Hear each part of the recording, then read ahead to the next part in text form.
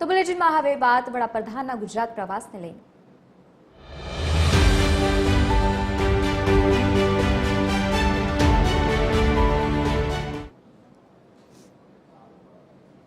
તો વડાપ્રધાન નરેન્દ્ર મોદી જે રીતે 2 દિવસ ગુજરાતના પ્રવાસે છે, ગતરોજ પણ તેઓએ વિકાસ કાર્યોની ભેટ આપી, આજે પણ વિકાસ કાર્યોની ભેટ આપવાના છે। 2 દિવસના ગુજરાતના પ્રવાસે આજે બીજો દિવસ છે।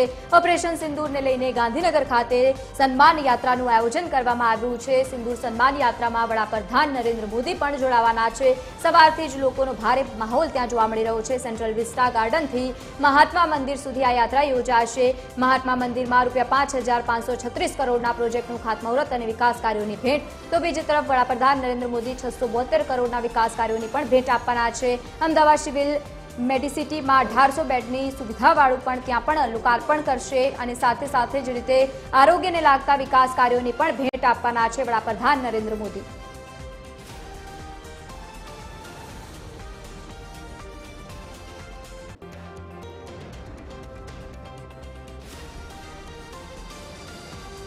તો આ જ મુદ્દે ધારાસભ્ય અનિલ પટેલ જોડે આપણા એસોસિએટ એડિટર સોનલ અનડકટે વાત કરી, એ પણ સાંભળીએ। વડાપ્રધાન નરેન્દ્ર મોદી ગુજરાત પ્રવાસના બીજા દિવસે ગાંધીનગર ખાતે રોડ શો આયોજિત કરવા જઈ રહ્યા છે, ત્યારે આ રોડ શોના આયોજનમાં સૌથી મહત્વની ભૂમિકા જેમણે ભજવી છે તે શહેર અને જિલ્લા ભાજપના હોદ્દેદારો છે। હાલ આપણી સાથે આ સંદર્ભે વાતચીત કરવા માટે ગાંધીનગર જિલ્લા ભાજપ પ્રમુખ અનિલ પટેલ આપણી સાથે છે। અનિલભાઈ, ઓપરેશન સિંદૂર બાદ પ્રથમ વખત વડાપ્રધાન ગુજરાતમાં, શું કહેશો? હાજી નમસ્તે। આજે ઓપરેશન સિંદૂર પછી માન્ય નરેન્દ્રભાઈ આ દેશના યશસ્વી વડાપ્રધાન જ્યારે ગુજરાતની મુલાકાતે છે, ત્યારે ગઈકાલે 4 જિલ્લા અને આજે ગાંધીનગર જિલ્લામાં જ્યારે માન્ય નરેન્દ્રભાઈ આવી રહ્યા છે, ત્યારે અનેરો ઉત્સાહ આજે જોવા મળી રહ્યો છે। ઓપરેશન સિંદૂર એ તો સૌ વિશ્વએ જાણ્યું કે જે રીતે અત્યાર સુધી પાકિસ્તાને ટપલી દાવ ક્યારેક કર્યા અને એનો જવાબ ક્યારેય કોઈએ ના આપ્યો હોય, એ નરેન્દ્રભાઈના શાસનમાં સતત મળતો રહ્યો છે। અને આ વખતનો જે જવાબ પાકિસ્તાનને મળ્યો છે, અને આજે તો પેપરમાં પણ કહ્યું છે નરેન્દ્રભાઈએ કે શાંતિથી જીવો અને રોટલી ખાઓ।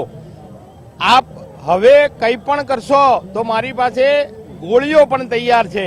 અને જે રીતે જવાબ માન્ય નરેન્દ્રભાઈએ જવાબ આપ્યો છે અને પ્રજા એનાથી ખુશ છે। વર્ષો સુધી આ આતંકવાદને લઈને જે રીતે આ દેશ પરેશાન હતો, હવે એવું લાગે છે કે માન્ય નરેન્દ્રભાઈના શાસનમાં હવે આ પૂર્ણ થઈ રહ્યું છે।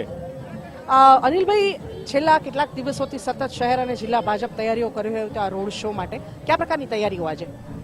છેલ્લા 5 દિવસથી સતત તંત્ર અને સંગઠન, એ મહાનગરનું સંગઠન હોય કે જિલ્લાનું સંગઠન, સાથે મળીને એક પોઈન્ટની ચિંતા કરીને આ રોડ શો કેવી રીતે સારો થાય અને આમ પ્રજા નરેન્દ્રભાઈ સુધી પહોંચે, નરેન્દ્રભાઈ પણ આ લોકોના દર્શન કરે, એ હેતુથી જે રીતે તંત્રને સાથે રાખીને સંગઠનના પદાધિકારીઓએ માણસા, દેગામ, કલોલ અને ગાંધીનગર સૌએ પોતાની જવાબદારી સમજીને જે રીતે અહીંયા સંખ્યા, અમારી ગણતરી 51,000ની હતી, પણ આજે 51,000થી પણ વધુ લોકો એ આ નરેન્દ્રભાઈના રોડ શોમાં જોડાવાના છે।